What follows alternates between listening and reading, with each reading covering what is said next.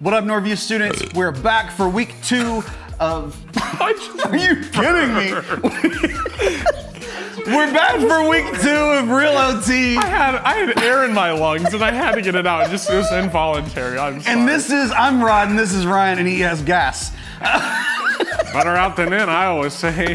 We're back for week 2 of Real O.T. with a story about Shadrach, Meshach, and Abednego. Try saying that 7 times fast, am I right? Shadrach, Meshach, and Abednego. Stop it! Meshach, and Abednego. Shadrach, Meshach, and Abednego. Stop it, you're ridiculous. All right. We're talking about Shadrach, Meshach, and Abednego going into the fiery furnace this week. But you know, like I said, we're gonna talk to Ryan about... Don't be going into any tanning beds. So they're going to the fire furnace, don't be going to tanning beds. It worked out for them, not won't relevant, work out for you. not relevant. No. It is not, you did not just equate a fiery furnace to a tanning bed. This is unreal. That's what they are. This is unreal.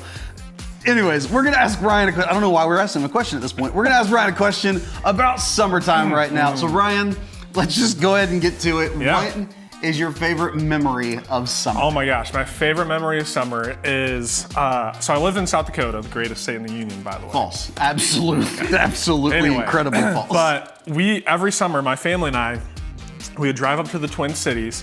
We'd go to a Twins game, then the next day we'd spend all day at Mall of America, Camp Snoopy, doing all the rides. It was awesome. Did you say Camp Snoopy? Camp Snoopy, yeah. You ever been to Camp Snoopy? Absolutely not.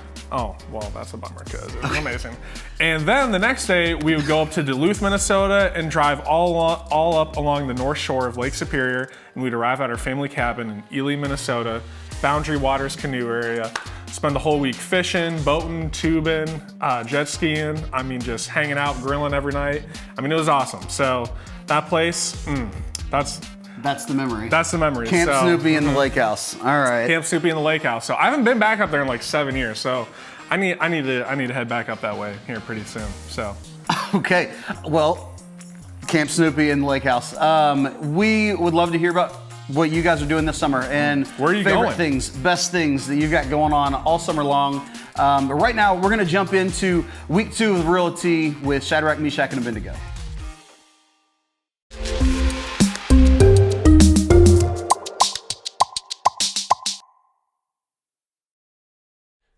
Welcome back. We're taking a look at a story from the book of Daniel, chapter 3. It's often called the story of the fiery furnace. Ooh, sounds like a hot topic to discuss, if you catch my drift. What? It's a fire, a furnace, a hot topic. You know, because of the warmth of Okay, yeah, sure. Great pun. Moving on. This story centers around 3 men named Shadrach, Meshach, and Abednego. Hold up. Sadtac, Meshach, and Abednego? What kind of names are those? What? No. It's Shadrach, Meshach, and Abednego. And yes, those were their names. These guys had to be weird with names like that. I mean, what were their parents thinking? I don't know what their parents thought, but I do know I'm trying to tell a story here. Yeah, my bad. Go for it. Like I was trying to say, these 3 guys were put in charge of a bunch of other people in Babylon. They served God faithfully, which was really rare in that country. And soon enough, there were people who were jealous and wanted these guys in trouble. So they convinced the king to make a huge statue and to make a law that everyone had to bow down and worship them.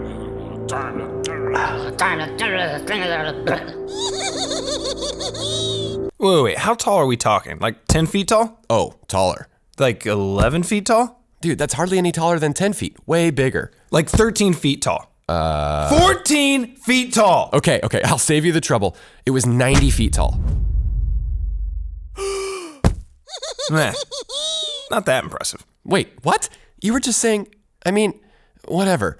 So it was huge, and of course, Shadrach, Meshach, and Abednego refused to worship anything other than God. But here's the thing.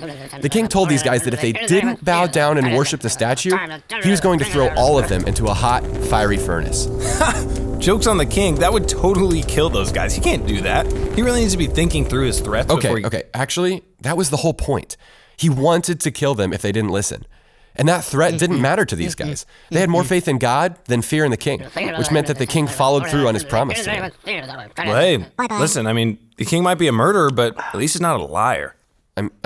That's true. Not sure that's better, though.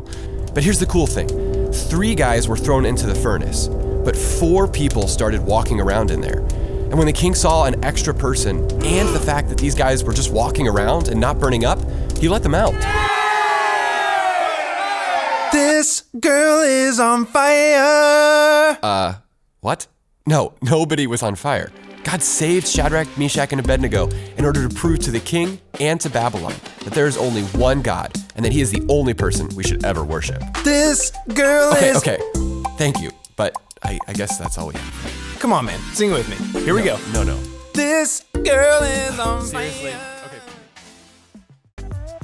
You guys can find more of this story in Daniel chapter 3, but at the end of the day, we have a decision to make. Are we gonna bow down to the things of the world, or are we gonna stand and honor God? Shadrach, Meshach, and Abednego were faced with that same decision, and they chose to stand and honor God. So I challenge you to do the same thing. Follow their example. Dive into Daniel chapter 3 and check it out. We'll see you guys next week for week 3 of Real O.T.